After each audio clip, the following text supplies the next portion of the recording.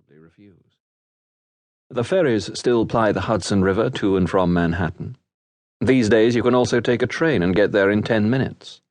The journey isn't so pleasant in summer, but in the winter, when the cold is so bitter that you find yourself envying a hibernating tortoise, those 10 minutes are to treasure. This is not a town helped by its climate. Today, when virtually every house and apartment has enough radiators to provide warmth in winter and air conditioners to cool the heat of summer, the weather plays less of a part in Hoboken life than once it did.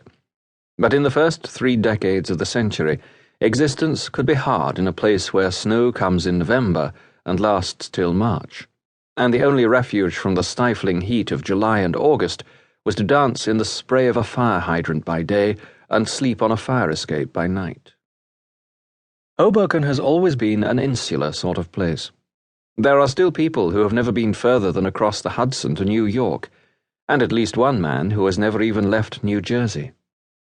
Although an urban village, the inhabitants know each other as well as if Hoboken were a farming community in the middle of a Kansas plain. It is a place where, at one time, a couple living in sin would have caused as much of a stir as a country town librarian taking a secret lover. Familiarity is bred by size, or at least by the lack of it.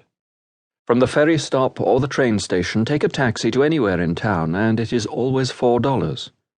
Hoboken is still only a mile square, just as it was when Francis Albert Sinatra, all 13.5 pounds of him, fought his way into the world and confounded the doctor, the midwife, and not least of all his 20-year-old mother, Dolly. Dolly, born Natalie Catherine Garaventi, didn't look big enough to carry a sack of potatoes that heavy. She weighed no more than 90 pounds. No one in the room that day in December 1915 expected her to survive. Everyone thought that the baby, with a lacerated earlobe and cheeks, along with a punctured eardrum, the result of being wrenched out of the birth canal with all the finesse of a plumber's mate using a pair of pliers, was dead. In fact, he would have been, had Dolly's mother Rosa, who ran a grocery store, not also been a part-time midwife. She held the baby under the cold water tap until he screamed.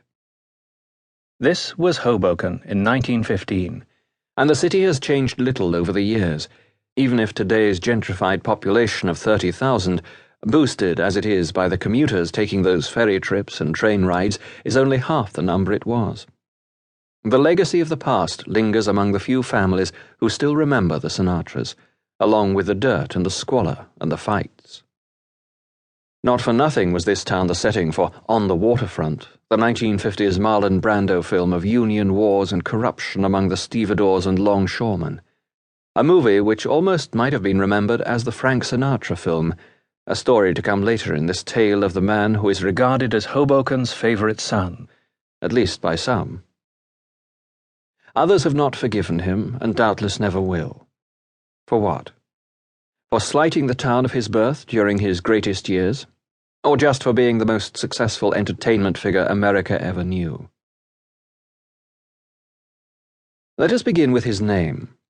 Like almost every Frank Sinatra story, there is more than one version. A birth certificate records the arrival on the 12th of December 1915 of Frank Sinestro. The surname could only have been a misprint. When a new copy was issued more than 20 years later, the name was changed to Francis A. Sinatra. There is no doubt that Sinatra was the family name, but did his parents later wonder whether Francis didn't sound a little nicer than Frank? And the A? Was his middle name always Albert? Or did he copy Harry Truman and later find something to fit an initial? In 1976, the matter was made official. The officer of the Registrar of Vital Statistics issued yet another birth certificate. This time the name was given as Francis Albert Sinatra. The notion that Frank came before Francis is supported by the fact that although the family proudly spoke about naming the child after the saint, his father Marty's dear friend and fellow amateur baseball player, Frank Garrick, always said the name was in honor of himself. Not only that, Garrick was chosen as the baby's godfather at the christening on the 2nd of April 1916, appropriately at St. Francis's Church in Hoboken. In these facts, too, there are no more certainties than in anything else concerning Sinatra's early years. According to legend, he was to have been named Martin after his father, Anthony Martin Sinatra.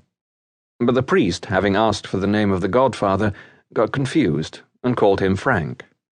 However, it is hard to imagine the Sinatra parents, especially powerful Dolly, allowing something like this to occur. If she had really wanted to call her son Martin, she would surely have corrected the priest. Opinions also vary about the links between Frank Sinatra and the town of Hoboken. In the City Hall, the local authority has put on a Sinatra tribute exhibition.